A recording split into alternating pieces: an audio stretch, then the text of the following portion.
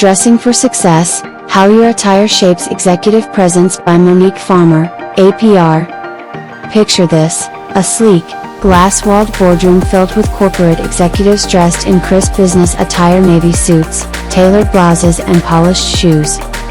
The air feels thick with professionalism, the kind that comes with years of experience and high-stakes decision-making. As my eyes traverse the room, they land on one individual who stands out not because of a commanding speech or an impressive PowerPoint, but because of their choice of clothing. Beneath the long conference table, I notice a pair of casual shorts and sandals. It was a little bit jarring. This person, who I later learned was recently retired, sat confidently among a room of buttoned-up executives, completely unfazed by the contrast. It made me wonder, what gives someone the confidence to break the traditional mold of professional dress? And more importantly, does what we wear still matter when it comes to executive presence? The psychology of professional attire: why clothes matter.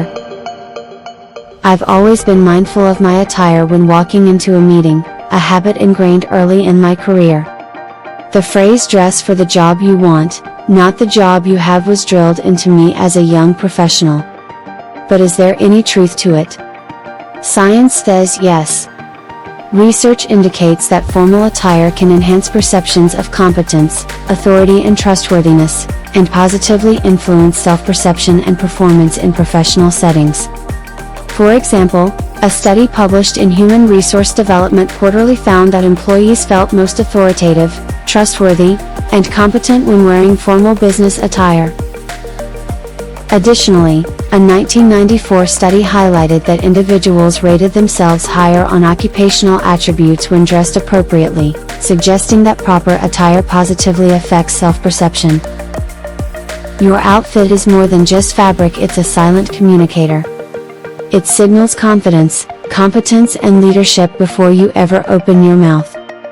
The evolution of workplace dress codes: despite the research, dress codes have undeniably shifted. Corporate finance and government, still largely formal, with suits being the norm. Tech startups and creative agencies, smart casual, jeans, and sneakers are common. Academia and public relations, a mix, depending on the audience and the culture. Leaders like Mark Zuckerberg made the hoodie a symbol of tech world genius, while Jeff Bezos embraced a polished yet relaxed look. This shift reflects an era where competence matters more than conformity, but does that mean professional attire is obsolete? Not quite. Sylvia N. Hewlett, author of Executive Presence: The Missing Link Between Merit and Success, emphasizes that appearance still plays a role in how leaders are perceived. While it may not be the most critical factor, it's a filter through which confidence and competence are judged. The power of presence: it's more than just clothing. Executive presence is about more than just a well-tailored suit.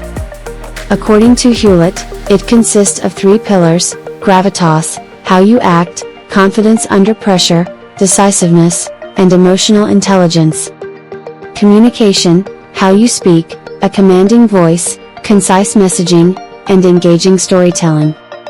Appearance, how you look, polished and put together, aligning with leadership roles. Your body language is just as crucial as your wardrobe.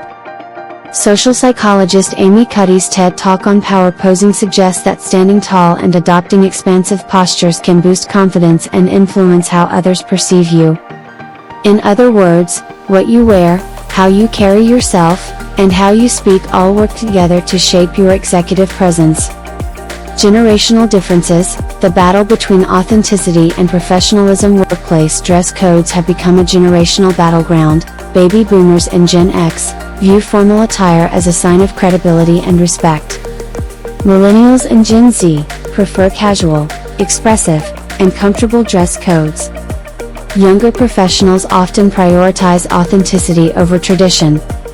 However, the challenge lies in balancing self-expression with professional expectations. The key is strategic adaptability, knowing when to lean into professional norms and when to push boundaries. Key takeaways for building executive presence: whether you're dressing up for a board meeting or down for a brainstorming session, consider these takeaways. Dress intentionally. Know your industry, company culture, and audience. If you're in a leadership role, your attire should reflect the confidence and credibility you want to convey. Use clothing as a tool. It's not about vanity, it's about signaling authority, competence, and confidence. Understand that executive presence is multifaceted. Your posture, speech, and gravitas matter just as much as what you wear. Be adaptable. The modern workplace values authenticity, but strategic dressing can help you bridge generational and cultural expectations. Final thoughts: the power of self-presentation. Reflecting on that retired executive in shorts, I still wonder, was it confidence, status, or a shift in norms that allowed them to break the mold? Perhaps all three. The truth is, what you wear won't make you a great leader, but it can shape how others perceive your leadership.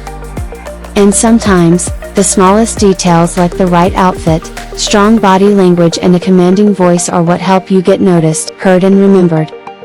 So the next time you're choosing an outfit for work, ask yourself, what am I communicating before I even say a word?